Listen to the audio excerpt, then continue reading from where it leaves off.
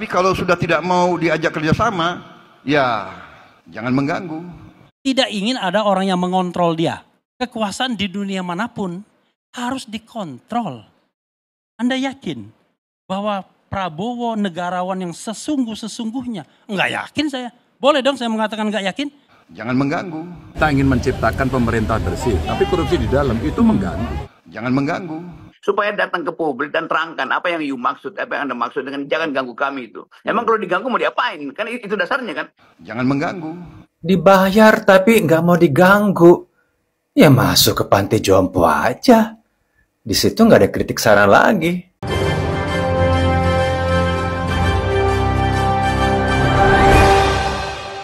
Assalamualaikum warahmatullahi wabarakatuh. Jadi viral kemarin statement Prabowo dengan mengatakan kalau tak mau kerjasama jangan ganggu, kami mau kerja. Tapi kalau sudah tidak mau diajak kerjasama, ya jangan mengganggu.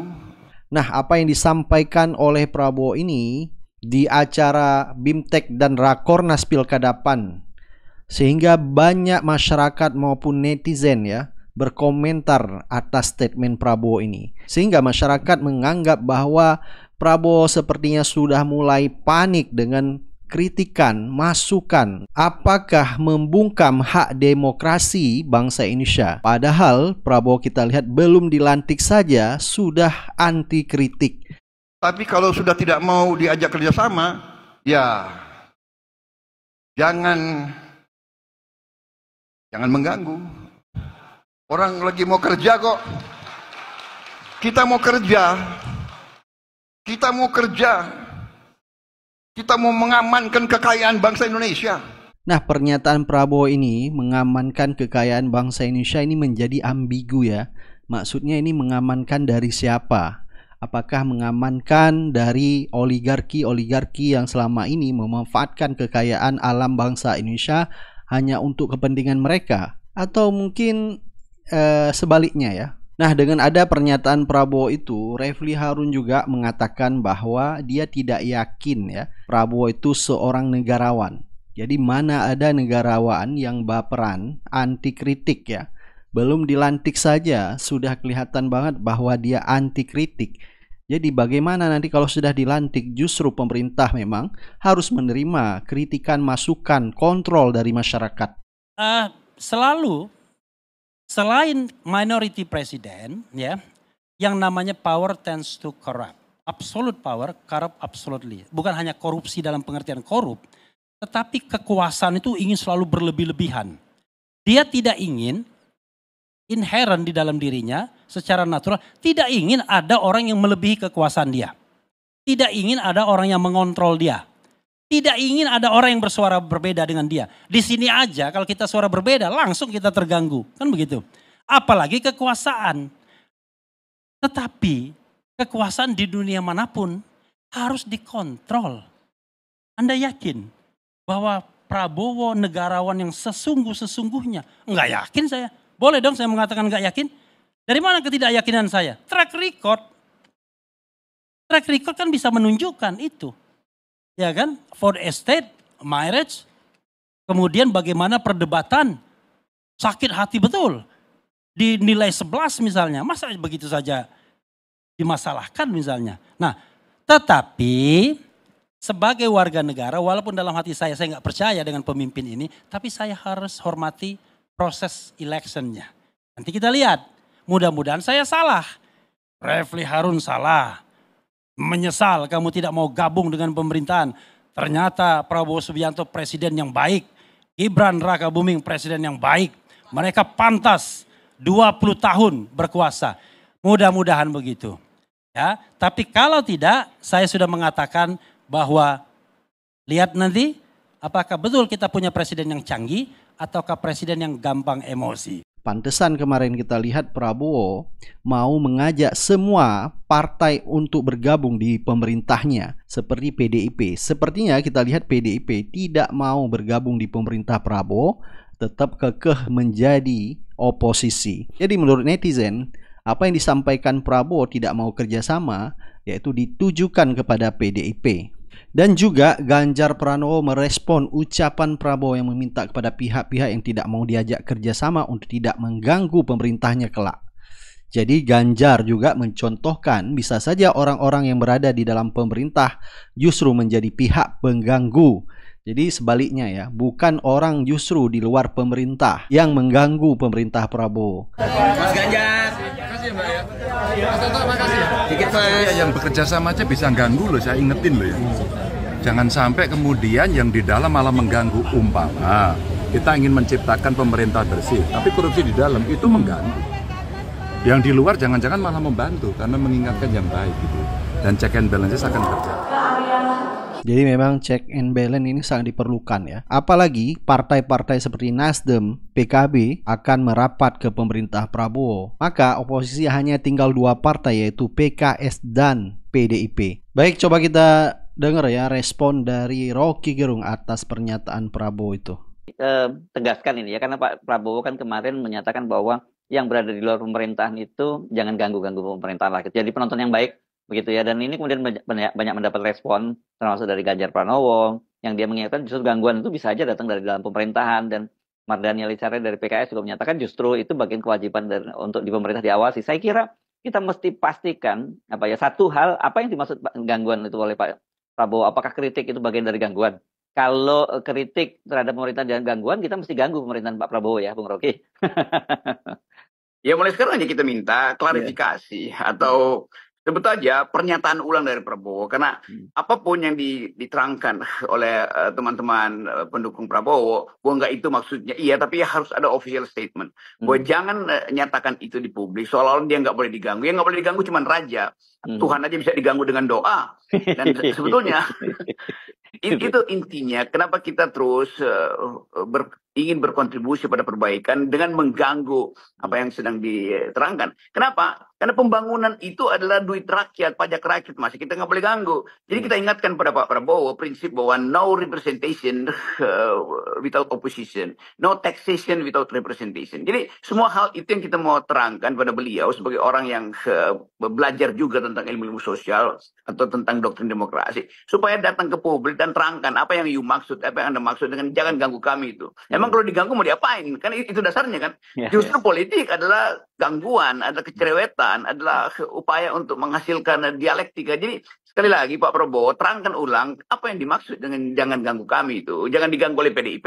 Itu juga artinya sama dengan demokrasi, tidak boleh menghasilkan pikiran alternatif. Jadi bayangkan misalnya kalau semua hal yang diucapkan oleh Pak Prabowo itu tidak boleh diganggu. Lalu yang kontrol siapa itu? Rakyat. Rakyat mau kontrol lewat partai, mau kontrol lewat parlemen, mau kontrol lewat FNN, mau kontrol lewat segala macam TikTok. Jadi ini berbahaya kalau tidak diterangkan. Jadi demi keadilan berpikir, silakan Pak Prabowo datang ke pers dan terangkan apa yang Anda maksud dengan jangan diganggu.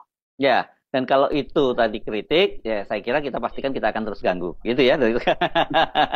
Ya benar sekali kata Rocky Gerung. Masyarakat membayar pajak, justru masyarakat berhak memberi kritik kepada pemerintah. Kalau seandainya masyarakat tidak dibolehkan mengkritik pemerintah, makanya pemerintah seenaknya aja membuat kebijakan-kebijakan yang justru merugikan rakyat. Pak Prabowo benar, jangan ganggu pemerintah. Wong menang pemilu kok. Tapi kontrol pemerintah wajib. PKS selama ini oposisi, tapi kritis dan konstruktif. Gak boleh kritis yang merusak. Indonesia milik kita bersama. Padahal kalau kita mau sunyi, nggak mau diganggu, mau tenang, ya masuk panti jompo aja, selesai. Di situ sunyi banget, nggak bakal kita diganggu. Ya pensiun.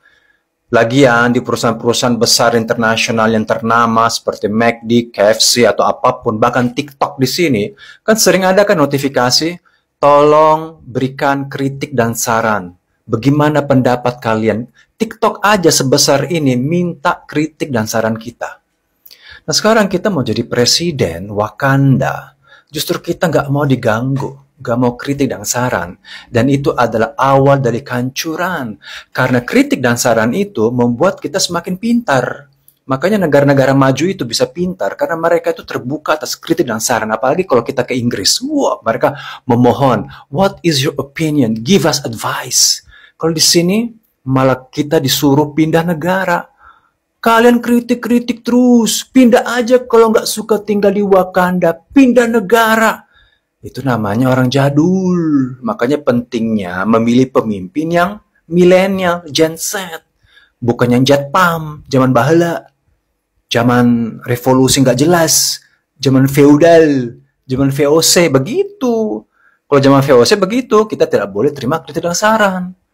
Saya rasa kita ini masuk dalam aura kehancurannya. Benar-benar mengerikan sekali ya. Saya pun terima kritik dan saran dari semua orang. Bahkan dibully pun di TikTok. Saya juga punya perusahaan, staff-staff saya memberikan kritik dan saran. Bahkan customer saya memberikan kritik dan saran. Dan saya minta. Karena saya tidak mau ketinggalan. Mereka bayar ke saya.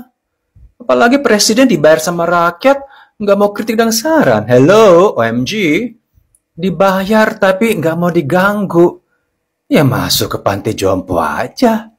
Di situ nggak ada kritik saran lagi. Tenang di situ. Maju terus Miss Juliet, kita perjuangkan. Kita lah oposisi yang abadi, yang sempurna. Salam oposisi. Coba kita dengar tanggapan dari politisi PDIP yaitu Deddy Sitorus ya tentang pernyataan Prabowo jangan mengganggu.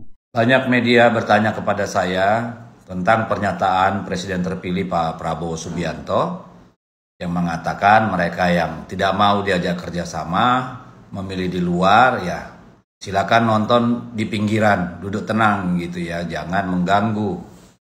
Ya terus terang ada banyak sisi dari pernyataan Pak Prabowo ini, yang tahu persis tentu adalah beliau. Tapi kalau kita kaitkan satu hal pernyataan misalnya kami kan mau mengamankan kekayaan negara, kami kan mau supaya jangan ada orang lapar. Pikiran positif saya mengatakan beliau tentu sedang berbicara kepada para penikmat kekayaan negara. Siapa itu? Yang menguasai sumber-sumber daya alam, tanah yang sangat luas, ya, tambang dan sebagainya. Termasuk mereka yang menikmati anggaran negara melalui impor-impor bahan pangan, bahan-bahan kebutuhan industri dan sebagainya yang tidak mau diatur, hanya ingin keuntungan. Kalau itu saya setuju Pak Prabowo, saya mendukung Anda untuk itu. Tapi yang kedua, mungkin ada orang berkata bahwa pernyataan Pak Prabowo tidak tepat. Karena apa? Karena apakah itu dalam konteks kemarin Pak Ganjar mengatakan di luar pemerintahan, atau apakah itu dalam konteks partai-partai yang tidak mau bergabung dalam pemerintahan? Kalau itu adalah dasar pikiran Pak Prabowo, saya kira perlu diluruskan. Karena dalam demokrasi, dalam konstitusi kita dulu, bahwa semua orang mempunyai kebebasan untuk berbicara dan mengungkapkan pendapat. Jadi kalau orang mau bersuara, apalagi itu terkait dengan aspirasi dirinya, masyarakatnya, atau itu berupa kritik, berupa protes, ketidaksetujuan, itu adalah bagian dari demokrasi, bagian dari hak konstitusional warga negara. Jadi kalau sampai mereka yang bersuara tidak setuju dengan cara nanti pemerintahan yang baru, dengan kebijakan mereka, dengan langkah-langkah mereka, tentu hal yang wajar kalau mereka bersuara tentang itu, harusnya tidak dilarang. Tapi kalau itu berarti bahwa kelompok-kelompok masyarakat sipil, LSM, mahasiswa, para kaum terdidik, cendekiawan, masyarakat yang menghadapi persoalan berhadapan dengan para konglomerat, dengan pengusaha, pemilik tambang, perkebunan, dan seterusnya tidak boleh bersuara, tidak boleh mengganggu, ya itu tentu satu hal yang harus diluruskan kalau menurut saya. Jadi tolong kita berharap agar Pak Prabowo menjelaskan apa yang dimaksud dengan tidak mengganggu itu. Kalau tidak mengganggu itu artinya adalah mereka-mereka yang kemudian mencoba mensabotase atau menghalangi program-program pemerintah yang baik, saya kira itu wajib bersama kita dukung. Tapi bahwa kalau yang dimaksud orang tidak boleh bersuara berbeda dengan pemerintah, artinya kita kembali ke zaman Orde Baru, di mana semua dibungkam. Orang yang tidak sependapat dengan pemerintah bisa dianggap PKI, bisa dianggap anti pembangunan, media massa bisa dibredel, orang bisa ditangkap tanpa proses hukum, semua yang bertentangan dengan pemerintah dianggap sebagai gangguan, lalu bisa mati secara perdata, lalu ada aparatus kekuasaan yang setiap saat mengawasi warga negara ya untuk tidak beraktivitas, bersuara atau melakukan tindakan yang yang dianggap mengganggu. Yang mengganggu itu bisa debatable. Misalnya orang yang mau dirampas tanahnya, buruh yang menuntut harga upah yang lebih layak, gitu kan? Masyarakat adat yang tidak mau disingkirkan dari hutan tanah adatnya. Jadi ini satu persoalan yang cukup serius, saya kira. Pak Prabowo, saya percaya harus belajar dari apa yang sudah dilalui oleh bangsa ini. Terlalu banyak darah dan air mata, bahkan korban jiwa yang kita korbankan sejak zaman peralihan Orde Baru sampai kemudian zaman reformasi dan hingga hari ini. Jadi saya berharap Pak Prabowo menyadari bahwa demokrasi itu memang sejatinya gaduh, karena demokrasi memungkinkan semua orang bersuara, menyampaikan kritik, protes, ketidaksetujuan gitu ya. Tetapi tentu tidak boleh menghalangi gerak pembangunan. Saya mohon Pak Prabowo agar bijak supaya ini juga tidak menjadi kerisauan masyarakat internasional. Karena apa? Karena itu akan berarti adalah ketidakstabilan politik di Indonesia dan akan berdampak pada ekonomi kita. Dan kita berharap ya, jangan sampai di saat pelantikan Prabowo menjadi presiden pada tanggal 20 Oktober 2024, jangan sampai hak berdemokrasi dibungkam. Baik, sampai ketemu lagi di video selanjutnya. Assalamualaikum warahmatullahi wabarakatuh.